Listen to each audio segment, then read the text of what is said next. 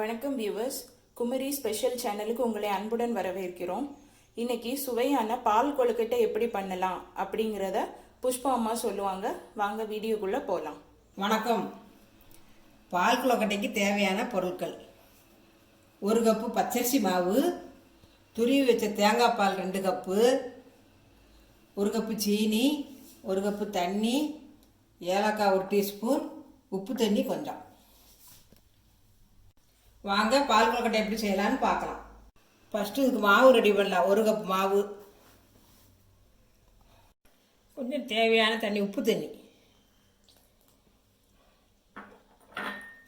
கொஞ்சம் வெந்நீர். அது எவ்வளோ தேவையோ பார்த்து கிளறணும் நல்லா மாவை.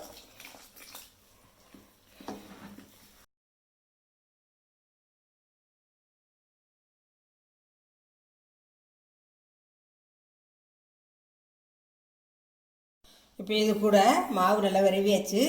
இது கூட கொஞ்சம் பாதி சீனி. இன்னும் வெறும் உப்பு போட்டு செய்கிறதுனால கொஞ்சம் சப்புன்னு இருக்கும்.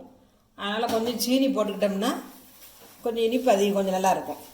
அது கூட ஏலக்காய் தூள் எல்லாம் போட்டு நல்லா ஒன்று போல் பிசைஞ்சு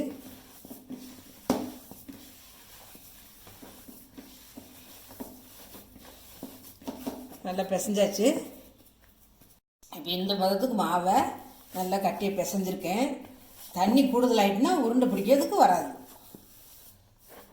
உருண்டை பிடிக்க ஸ்டார்ட் பண்ணலாம். அரை நெல்லிக்காய் வீதம் மாவு எடுத்து ஒன்று போல் இதே அளவுக்கு உருட்டினா பால் கொழுக்கட்டை அழகாக இருக்கும்.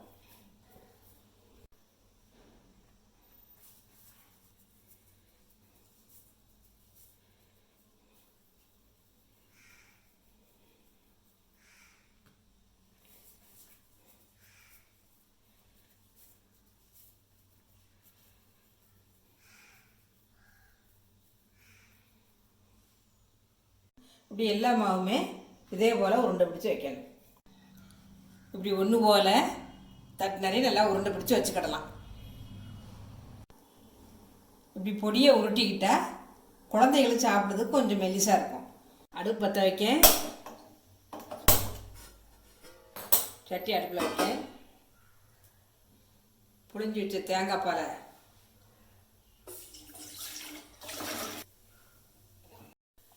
பால் கொதிக்கிறதுக்குள்ளே இதில் ஒரு 3 உருண்டை எடுத்து கொஞ்சம் குழுன்னு கரைச்சி அதை தேங்காய் பாலில் ஊற்றணும். கொஞ்சம் தண்ணி ஊற்றி, பால் கொதிக்கும் போது ஊற்றணுமா இப்போவே? கொதித்த பிறகு ஊற்றி, கொதித்த பிறகு தான் இந்த மாவையும் ஊற்றணும், இந்த கொழுக்கட்டையும் போடணும். அதுக்கு முன்னாடி போட்டோம்னா பால் கொழுக்கட்டை பாயாச கொழுக்கட்டை ஆயிடும். இந்த மாதிரி கொஞ்சம் குழுன்னு கரைச்சி வச்சுக்கிடணும். தேங்காய் பால் நல்லா பொங்கி வருது. லேசாக அப்படியே கிண்டி விட்டுட்டு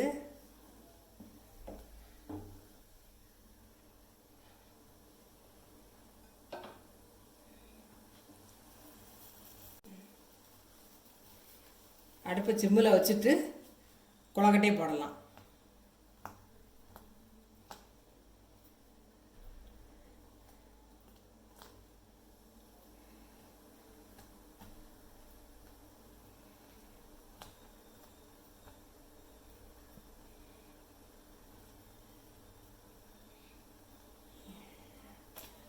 உருண்டையை போட்டிருக்கேன். ஒரு 10 நிமிஷம் கொஞ்சம் வேகணும், இல்லை வேகாமல் இருக்கும். கொழுக்கட்டை அவிஞ்சிக்கிட்டு இருக்கு. அந்த தேங்காய் பாலில் கொஞ்சம் சீனியும் போட்டுக்கிட்டோன்னா கொஞ்சம் இனிப்பாக இருக்கும்.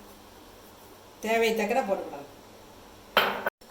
பால் கொழுக்கட்டை ரெடி ஆகிட்டு கொழுக்கட்டையை அவிஞ்சிட்டு, கொழுக்கட்டை அவிஞ்சிருக்கான்னு பார்க்கறதுக்கு இது மாதிரி ஒரு குச்சி வச்சுக்கிடுங்க. அதை வச்சு இப்படி குத்தி பார்த்தா அவிஞ்சிட்டு, மாவு ஒட்டாமல் வந்திருக்கா, அவிஞ்சிட்டு.